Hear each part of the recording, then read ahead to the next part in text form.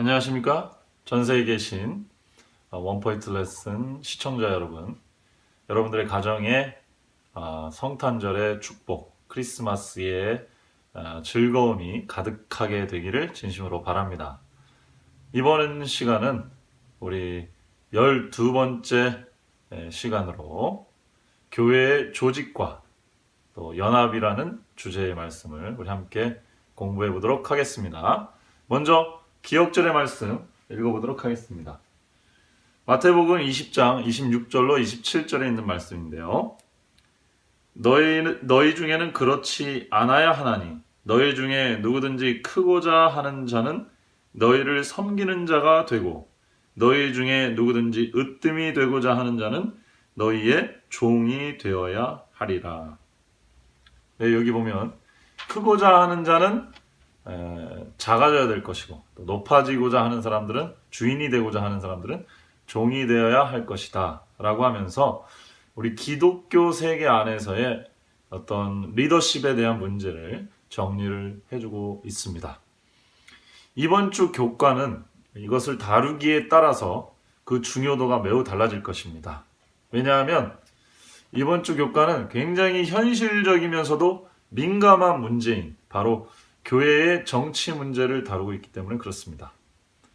여기에 완곡한 표현으로 교회의 조직이라고 설명이 되어 있지만 사실은 이제 교회 내의 이 조직이 어떻게 경영하고 또 정치를 해나갈 것인가에 대한 이야기가 이번 주에 기록이 되어 있습니다. 자, 어떤 분들은 교회 정치라고요? 정치 얘기만 들리면 좀 겁이 나는데 걱정이 되는데 이렇게 말씀하시는 분들이 계실 수도 있겠습니다. 그러나 정치는 나쁜 것만은 아니죠. 정치를 잘 할 경우 나라도 발전하고 어떤 지방자치단체도 발전할 수가 있고 카운티가 더 살기가 좋은 곳으로 변할 수도 있습니다. 교회도 마찬가지죠. 사람들이 모이는 곳이기 때문에 정치는 있을 수밖에 없습니다. 그러면 그리스도인들은 어떻게 그런 조직을 활용한 정치를 할 수 있을 것인가? 그 부분에 대한 이야기가 이번 주 교과에 소개가 되고 다뤄지고 있다. 이렇게 설명을 하면 되겠습니다. 첫째 날에는 교회의 머리이신 그리스도에 대해서 설명하고 있습니다. 이번 교과를 전체적으로 이 구도를 좀 잡아보면요. 정치에 대한 얘기가 세 가지로 나눌 수가 있겠는데 첫 번째는 리더십에 대한 부분입니다. 네, 교회의 리더는 조직이 있으면 항상 리더가 있지 않습니까? 교회에도 규모가 생기면은 리더가 반드시 있게 돼 있고 리더가 있으면 팔로워가 있게 돼 있습니다. 그걸 따라가는 사람들이 있게 돼 있단 말씀이죠. 그래서 교회 조직 내에서 리더는 어떻게 하고 또 그 리더십을 뒷받침하고 혹은 따라가는 팔로워들은 어떻게 해야 될 것인가에 대한 얘기로 이번 교과를 이렇게 나눠서 생각을 해보면 굉장히 쉽게 이해가 될 수 있을 것이고요. 마지막으로 교회의 정치는 교회의 생존을 가늠할, 다시 말해 아주 심각한 문제가 발생될 경우 그 문제를 해결하기 위해서 교회의 정치력이 활용돼야 된다라는 이야기. 이것이 이번 주 교과의 포인트가 되겠습니다.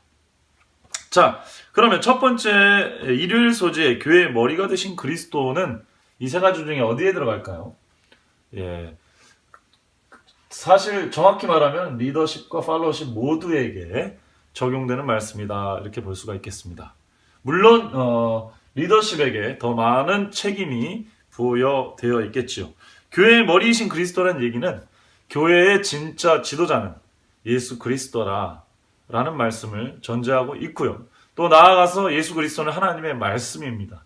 그래서 팔로워들도 따라가는 사람들도 일반적으로 리더가 아닌 일반 신도들도 하나님의 말씀의 권위 그리고 예수 그리스도의 권위를 인정하고 그 권위에 맞게 리더십이 그 권위 안에서 지도할 때는 그 리더십을 인정하고 따라가는 모습이 교회에 대해서는 필요하다.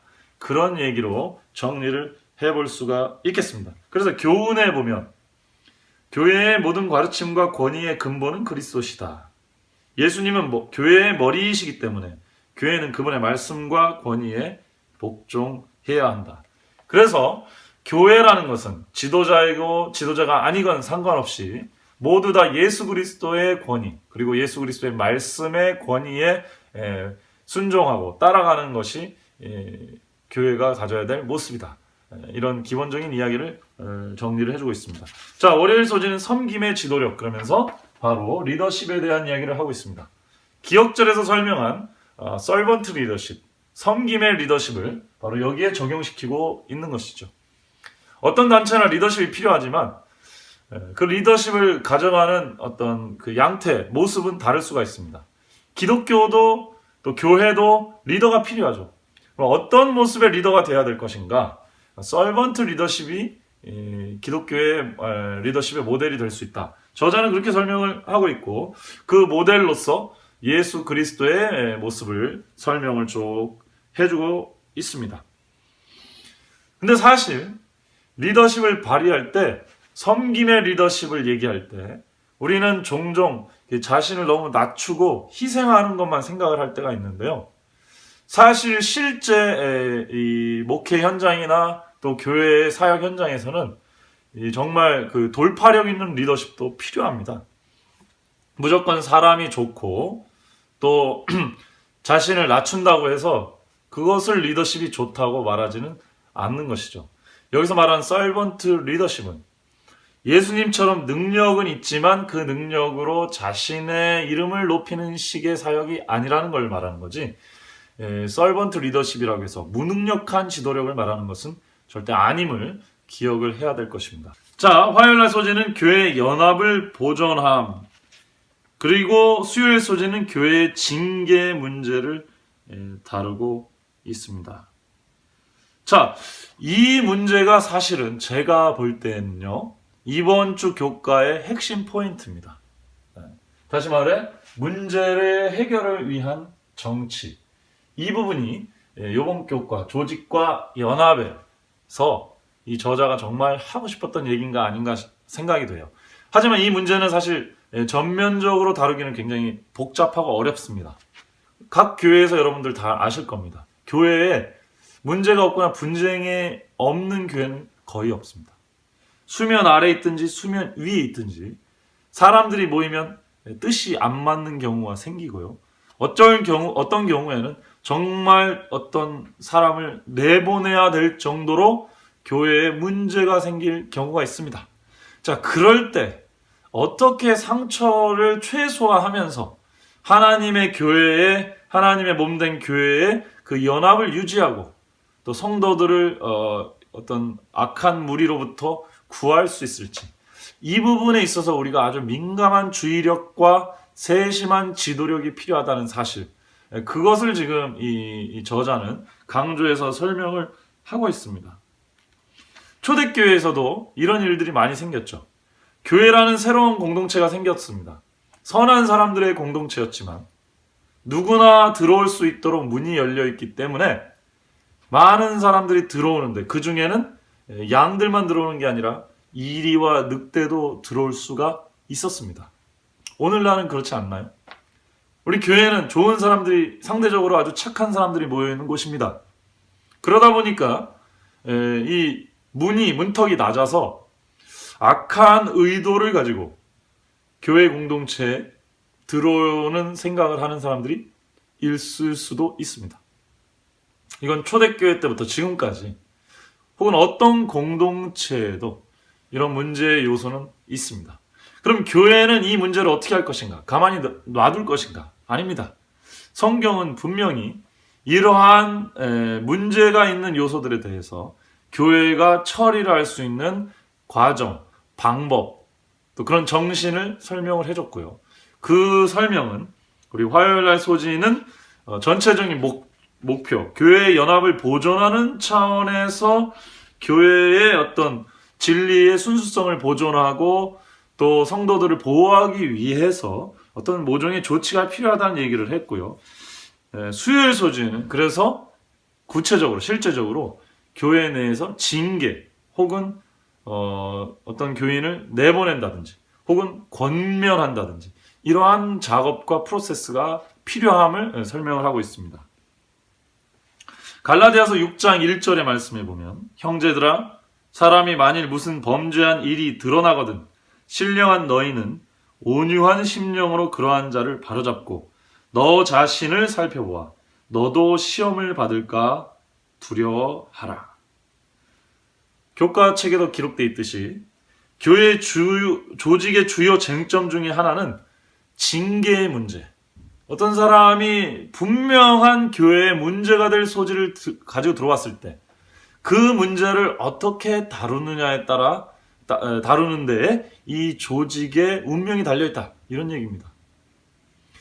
그래서 성경은 그 문제를 다루는 과정을 몇 가지 설명을 해주고 있습니다. 왜냐하면 이 문제를 잘못 다루다 보면 교회가 깨지거나 모두가 상처받거나 혹은 문제를 아예 다루지 않게 되면 그 문제가 온 교회를 망쳐버리게 될 수도 있기 때문에 그렇습니다.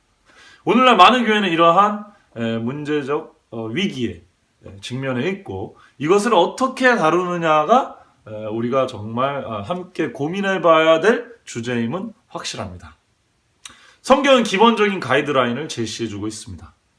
이번 이 갈라디아서에서 말씀을 정리를 해보면 일단은 어떤 문제가 분명히 드러나게 되면은 온유한 마음으로 그에게 그 문제에 대해서 얘기하고 그 문제가 반복되지 않도록 이야기하도록 그렇게 얘기했습니다.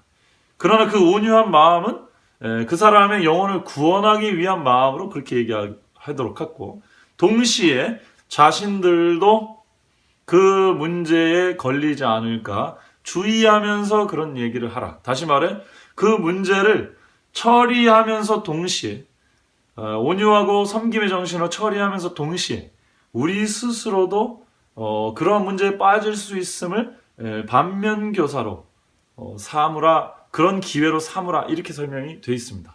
자, 좀 더 구체적으로 설명을 해드리겠습니다. 문제가 생길 때는 그때를 위해서 리더십이 필요합니다. 그 리더십이 정치력을 발휘하는 것이 그 문제를 처리하는 과정 속에 나타나는 거죠. 그래서 한 사람이 잘못을 하게 됩니다. 그러면 리더들이 모여서 그 잘못한 사람에게 그 잘못을 고치거나 다시는 반복하지 않도록 권면을 해야 되는 것입니다. 이것이 첫 번째 과정이죠. 그때 필요한 게 교회의 리더십이고 조직의 권위가 필요합니다. 그러나 여기서 성경의 정신은 일반 사회나 조직처럼 그 사람을 미워하거나 그 사람을 정죄하거나 그 사람을 감정적으로 무시하면서 그렇게 얘기하는 게 아니라 그 사람의 영혼을 아끼는 마음으로 그런 행동들이 반복되지 않기를 권면하는 그런 자세를 취하는 것이 중요하다. 그것이 첫 번째 단계입니다. 두 번째, 만약에 그 사람이 그렇게 얘기했는데도 듣지 않게 된다면 리더십은 좀 더 강한 모습을 보여야 될 수밖에 없습니다. 그 문제가 계속 반복되게 방치해서는 안 되기 때문에 그렇습니다. 그때는 교회가 강한 목소리를 내라는 것이 아니라 여러 사람, 다시 말해 한 사람의 권면이 아닌 두세 사람 이상의 교회의 공식 리더십을 가진 사람들이 그 사람을 개인적으로 방문해서 그 문제에 대해서 공식적으로 언급하고 교회의 입장을 설명하고 다시는 그 문제가 발생되지 않게 하도록 권면하는 것이 두 번째 과정입니다. 만약에 그렇게 해도 말을 듣지 않는다면 그때는 온 교회 앞에서 그 사람이 이런 문제가 있고 저런 문제가 있어서 그 사람과 교회의 어떤 그 관계를 정리를 할 수밖에 없다라고 정치력을 발휘해서 공식적으로 발표를 할 수밖에 없는 것입니다. 그러나 이러한 과정 속에서 우리가 감정적인 그런 분노나 적개심이나 증오심으로 하게 되면 그 문제가 있는 사람의 영혼을 영원히 잃어버릴 수도 있지요. 교회는 영혼들을 구원하는 곳이기 때문에 항상 그런 문제에 대해서 문제 제기를 하고 그러한 문제적 요소를 가진 사람들을 다룰 때에는 사랑과 배려와 겸손의 정신으로 다뤄야 합니다. 그러나 분명한 문제에 대해서는 문제라고 얘기할 수 있는 교회의 정치력이 필요하고 그때 리더십이 필요한 것입니다. 그래서 문제가 있을 때 그 문제를 최소한의 어떤 상처를 받으면서 그 문제로 말미암은 해를 최소화하면서 빨리 문제를 해결하도록, 원만하게 문제를 해결하도록 리더들에게 우리가 권위를 실어준 거죠. 그 리더에게 있는 권위는 그 리더들이 그걸 가지고 자신들의 어떤 그 유익을 위해서 착복하거나 사람들을 압제하거나 그렇게 하라고 준 것이 아닙니다.